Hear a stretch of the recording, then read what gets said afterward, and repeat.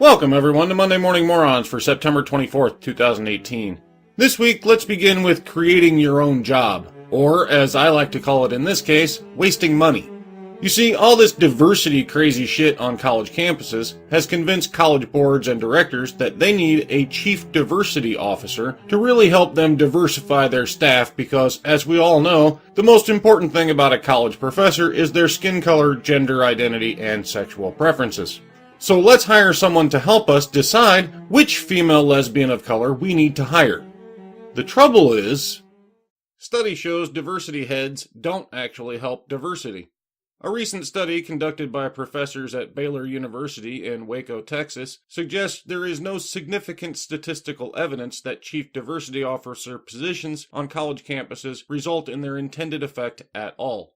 We are unable to find significant statistical evidence that pre-existing growth in diversity for underrepresented racial ethnic minority groups is affected by the hiring of an executive-level diversity officer for new tenure and non-tenured track hires, faculty hired with tenure, or for university administrator hires. The study, which was published last month, states, the four authors of the study, whose names I don't really care about, surveyed 462 U.S. universities with enrollments of at least 4,000 students.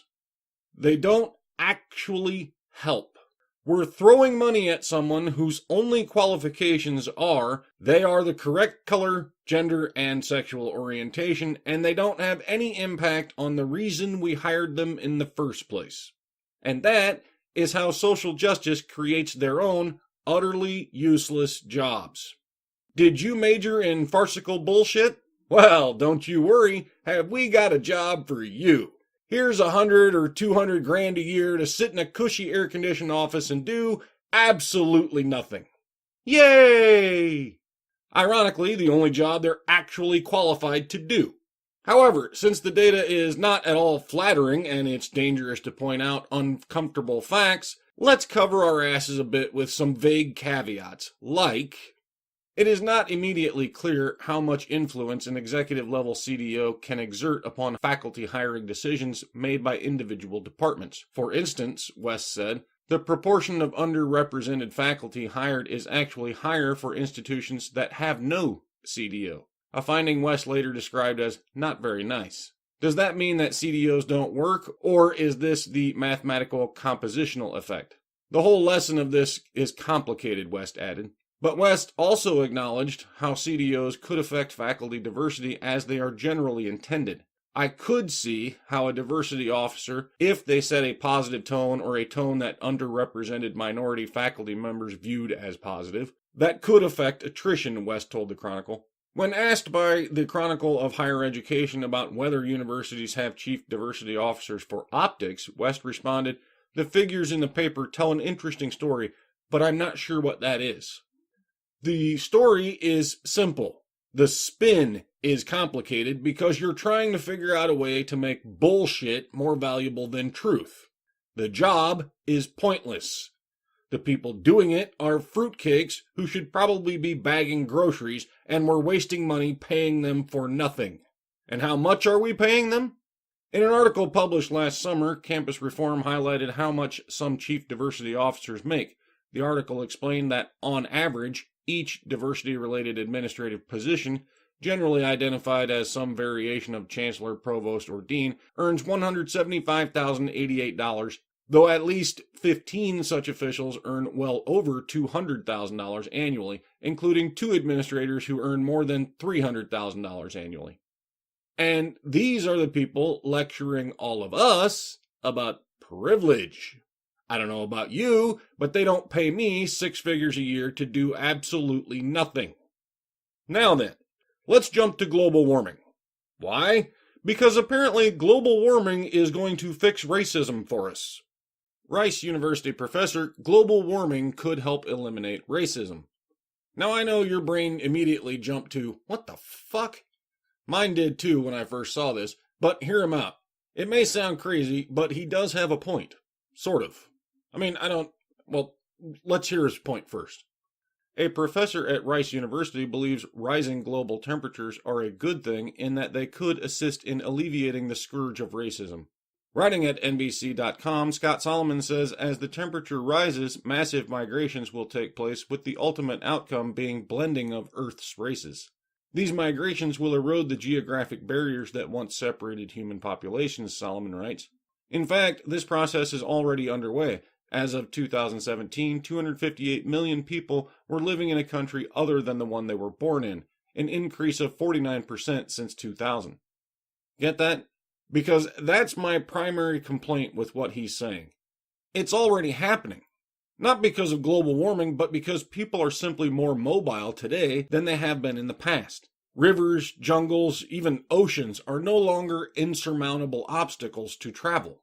The result is as you'd expect. Increasing numbers of people move away from places they don't like and to places they do.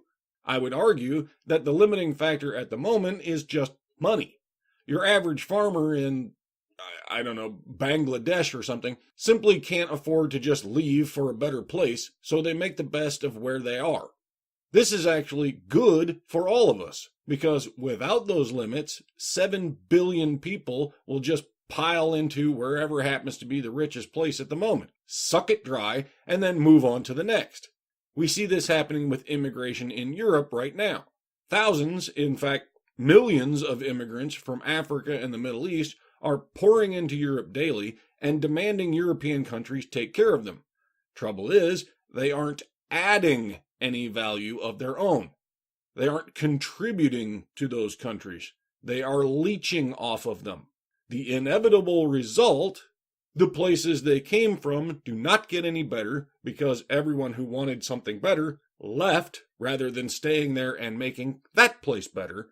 Your once prosperous place now becomes just as bad because now you don't have enough resources for everyone. This is why we control immigration. Can a place like the United States afford to take in, feed, and house an extra million people who need assistance? Yeah, probably.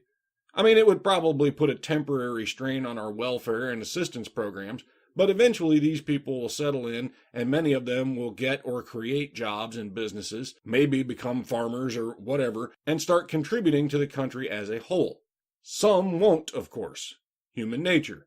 Some will be as lazy as possible and suck on the public tit for as long as you let them. But many will become average everyday citizens doing their part to improve their lives and, by extension, the country.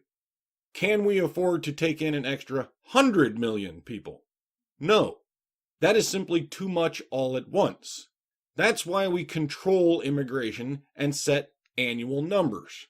We allow some to come, but we cannot allow all. A nation of 300 million cannot take in a world of 7 billion. Anyway, little sidetrack there. Back to the article. Skin color differences came about as a result of natural selection in different human populations. The pigment eumelanin makes skin darker, which helps protect against harsh sunlight. But too much eumelanin can make it hard for the body to produce vitamin D, which is needed to build healthy bones. So over many thousands of years, human populations evolved varying levels of skin pigmentation as they spread across the globe, with natural selection balancing the cost of having too much eumelanin, which can indirectly cause bone deformities, versus having too little, which can lead to cancer and birth defects. As a result, skin color came to closely match the intensity of sunlight in different regions, darker near the equator and lighter near the poles. But in today's world, with sunscreen and vitamin supplements, natural selection is less relevant to ongoing changes in human skin pigmentation than gene flow. Because skin color is controlled by many genes, parents whose skin color differs tend to have children with intermediate skin tones. And so, in 5 to 10 generations, 125 to 250 years, we may see fewer people with dark skin or pale skin, and more with a brown or olive complexion. Having both dark skin and light eyes may become more common. Blending of races is already well underway in ethnically diverse countries like Brazil, Singapore, and the U.S. A Pew report from 2017 found that the number of multiracial births in the U.S. rose from 1% in 1970 to 10% in 2013. And the increase will continue. The multiracial population is projected to grow by 174% over the next 4 decades. As people around the world become more physically similar to one another, Solomon concludes, it's possible that racism might slowly fade. Now, all of what he just told us there is just evolutionary theory. The interesting thing about this is that evolution doesn't stop. It is still happening today. It just happens so slowly that you can't really see it in action unless there's some big mutational leap like, I don't know, all humans started growing tails again for some strange reason. I'm sure we'd notice that, but the gradual blending of skin tones over hundreds of years, probably not even going to notice. Just someday in the distant future, some guy's going to be walking through a museum and wonder why there were so many different colors of humans all those years ago. What I find almost laughable is the idea that racism will die with it. I mean, it's a pleasant dream and all, but I don't have that much faith in humanity. When we're all the same color, we'll just make up some other reason to hate each other. Skin color right now is just a convenient, externally obvious way to separate ourselves into tribes. When that is not present, there'll always be another way to do exactly the same thing. Maybe we devolve into hating each other for our hair color, who the hell knows, but I'm positive there'll be something. There always is. The only chance of ending it is to keep teaching people that this kind of shit doesn't matter. Teach them to see individuals with their own character instead of some group trait that they have no control over. The day humans accept that we're all the same race and stop defining protected classes is the day racism stops. Unfortunately, we seem to be heading in the opposite direction, creating more protected classes. Scholar, kinky people should be a protected class. Okay, so after laughing and shaking my head at the title, I read the article and, it's not actually as crazy as it might sound. It has some huge flaws, mind you, but what the guy is getting at isn't quite as crazy as it first sounds. I think he just needs better language to get at his point. A University of California, Santa Cruz researcher says kinky people should be recognized as a protected class. UCSC researcher Sam Hughes argues during an interview with City on a Phil Media that those who engage in taboo sexual activity are often discriminated against in ways he says are comparable to those experienced by members of the LGBT community. He contends that one solution to this would be to treat those individuals as part of a protected class. Groups with protected class statutes are legally protected from employment or housing discrimination. Groups with protected class status include men and women on the basis of sex, any group which shares a common race, religion, color, or national origin, people over 40, and people with physical or mental handicaps, according to the Equal Employment Opportunity Program. Hughes references a Valence study he conducted, which he claims reveals that members of the kink community were terrified about losing their jobs over their boss finding out if they were kinky. The UC Santa Cruz researcher argues that a viable solution to this would be to implement legal protections for kinky people, claiming that it would be beneficial to think about it as a sexual minority group that is a protected class. So, to clarify, despite the rather hilarious language here, what he's getting at is pretty simple. Your employer shouldn't be able to fire you for what you do in your bedroom. And I agree with him on that point. However, before I'd even consider agreeing to a law that states as much, you're going to have to articulate exactly what kinky is.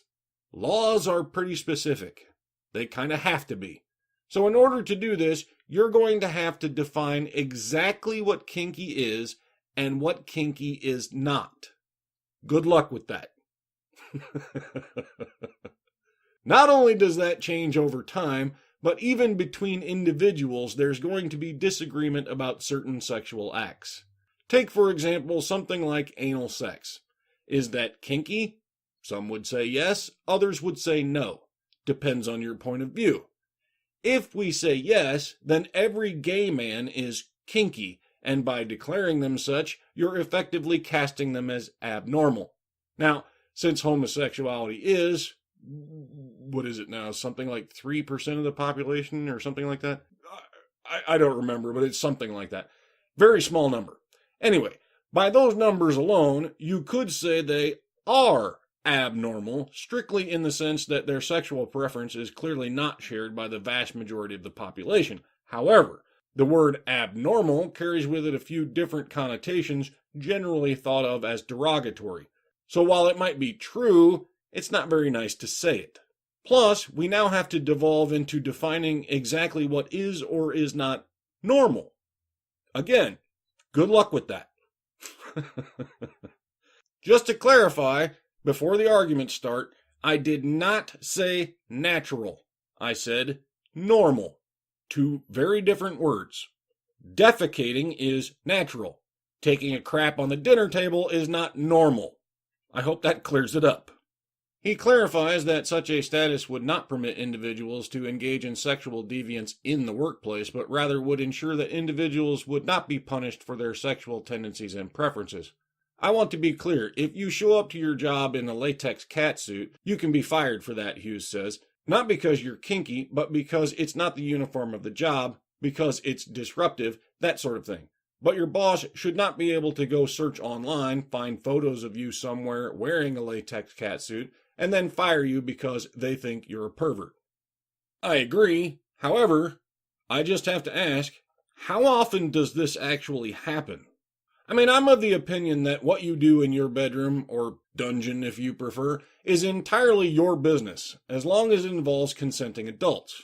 Beyond that, I don't really give a shit.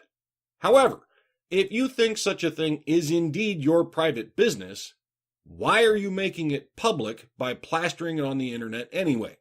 And of course, once you have, can you really argue that it's still your private business? You made it public, didn't you? Now, I still don't think you should get fired because you like to play dress up and get spanked or some shit. However, you don't really need a law to protect you. You just need to keep your private shit private. It's really no more complicated than that. I don't show people the weird shit that happens in my dungeon because it's none of their business, unless you're in it, in which case you've got bigger problems than losing your job. But a kinky law isn't going to help you either. Interviewer Phil Leonard then asks, what if they find a photo of you dressed as a Nazi, but it's in a kink scene? I think that's a complicated issue, Hughes answers. I think that's probably going to require some sort of conversation at the legal level. That might be firing them for political affiliation rather than for kink.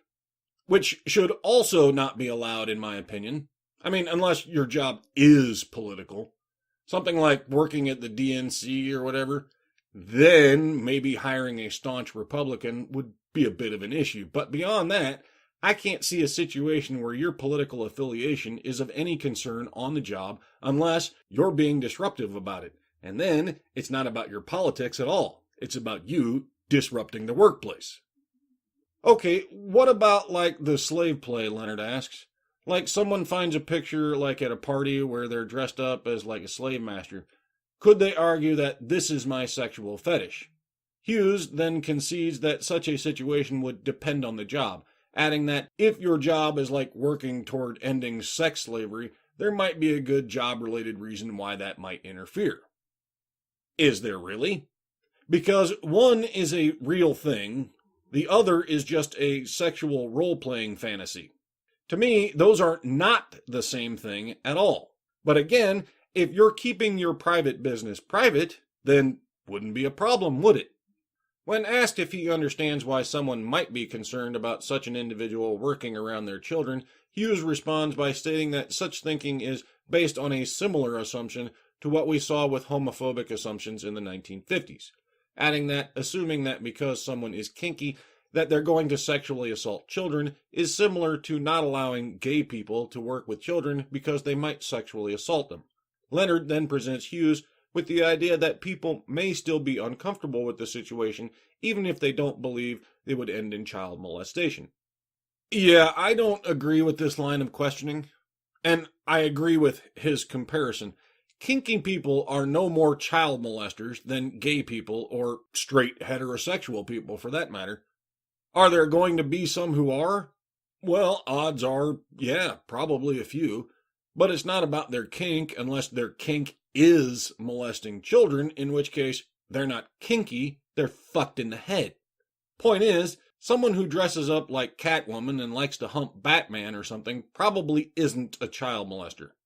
They're just regular people trying to spice things up with something that gets them excited. They're having fun. Again, nothing wrong with that as long as all parties are consenting adults.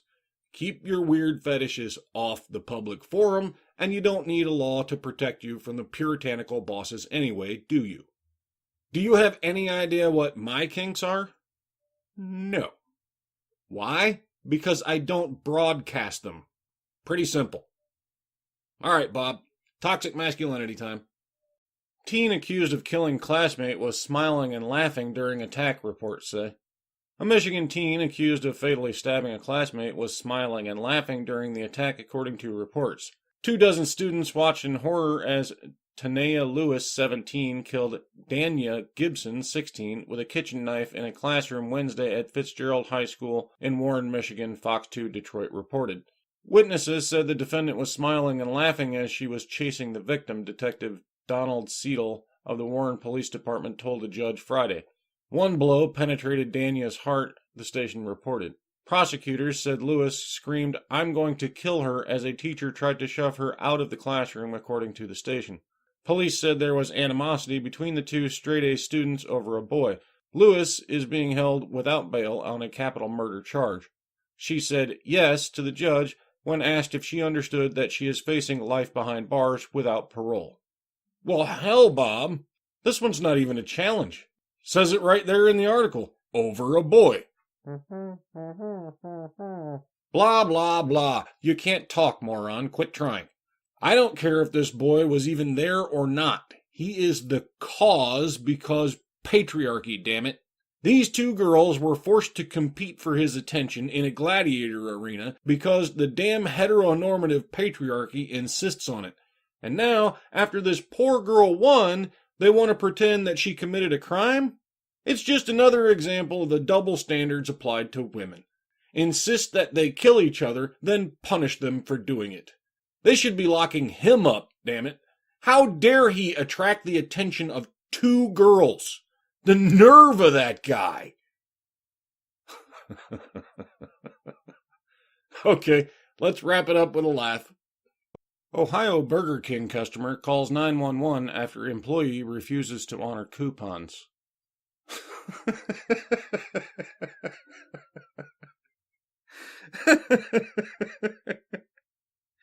911, what's your emergency?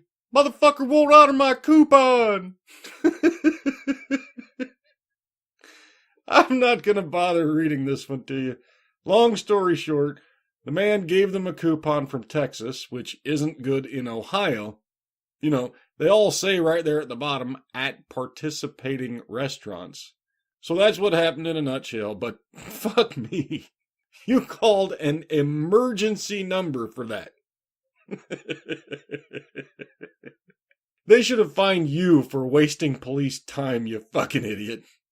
That's it for this week, folks. Remember the social justice mantra. Women are victims, men are oppressors, and feminism is just about equality. I'll see you all next time.